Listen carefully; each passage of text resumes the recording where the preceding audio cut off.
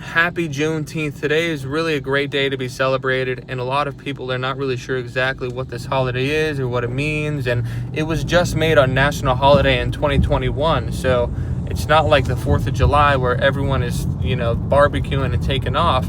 It's still gaining recognition and awareness, but I'm so glad it's a national holiday because it is something great to be celebrated and remembered.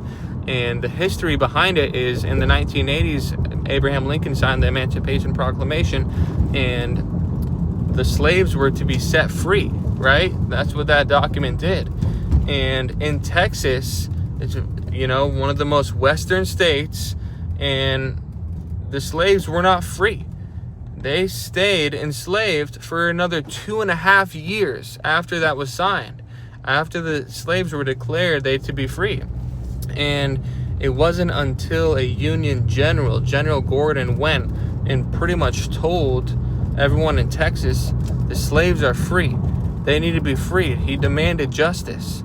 And guess what, guys? This is such an amazing day to be celebrated. Specifically, it's celebrating Black persistence and the faith and the hope and the trials they endured to reach that freedom. But this is also something that applies to our own lives, whether you're Black or white or yellow or green, because it is awareness that justice and freedom is not always served immediately. It might take some work. It might take years. It might take, look at what they had to persist and endure. The slaves were not freed until 2.5 years later. Imagine that. 2.5 years of slavery when they should have been freed.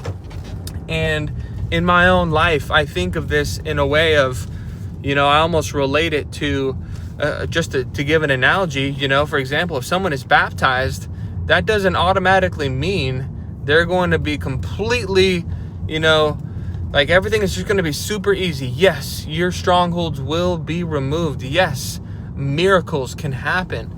And amazing things can occur, absolutely, but it doesn't mean that you just won the fight and that's it. No, you're going to have to continue to persist. You're going to have to continue. You might not have the fruits of the Holy Spirit, joy, peace. You might not have certain things happen in your life until years after being baptized. Or if you're fighting for your relationship or your job or whatever it is that you're fighting for, we always have to remember this day, it's hope for us. And if the slaves endured for 2.5 years, we can have hope to endure whatever we need to as well. So celebrate this day and the persistence and the hope that they had. Let's go.